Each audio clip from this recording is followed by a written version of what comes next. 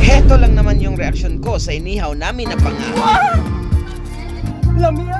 At syempre hindi rin nagpapahuli yung ating kinilaw. So hindi na natin to patagalin ang video na to guys. Let's G!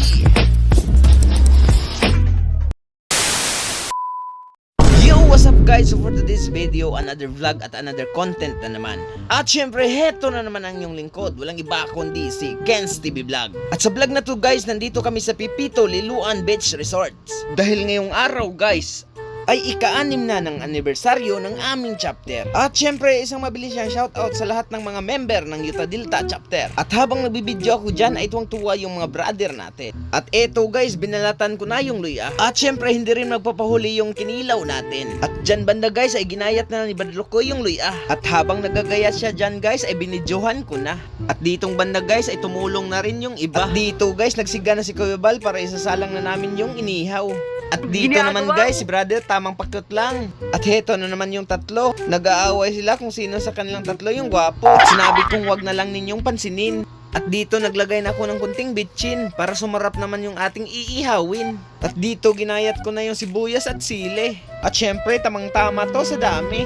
Kaya tinimplahan ko na ang ating kinilaw para hindi tayo masabihan na tamad na matakaw. Pagkatapos ko nang nilagyan ng asin, sinunod ko naman yung bitchin. At syempre sabay lagay ng suka. At ayan guys, dinamihan ko na at hinalo-halo. At syempre nilagyan ko ng limon yan. Oh she, baka lemon snake yan. At dahil matakaw tayo, hindi pwedeng hindi natin titikman ang ating kinilaw. At ditong banda guys ay hindi rin magpapahuli ang brother natin na si Doy. At syempre isinalang niya na yung karne. At ilang minuto lang yan guys ay luto na yan. At syempre patitikman ko sa kanya. At ditong banda ay nilagay na rin namin yung isda at karne. Dahil busy sila guys. Ako naman ay titikman ko yung inihaw namin na karne. At ito lang naman yung reaksyon ko sa inihaw na baboy. At dito isinalang na rin namin yung panga. At habang isinalang namin yung panga guys, ay ginagayat na rin ni Badlo ko yung ating karne. At habang ginagayat niya guys, ay sinabi ko na tikman rin niya. At syempre ito lang naman ang reaksyon niya. At dahil malapit nang matapos tayo sa pagluluto, tamang pakyut lang si brother. At syempre ipleplex ko sa inyo ang handa namin ngayong araw. At ditong banda guys ay minikos-mekos ko na yung panga. At syempre tamang pakyut lang si Insan dyan. At sa wakas, luto na rin lahat yung hinanda natin guys. Puwera lang sa isda guys dahil matagal talagang maluto yon. Dahil sa kalakihan na rin kaya matagal na luto. At ditong banda nagdasal na kami para sa pagkain.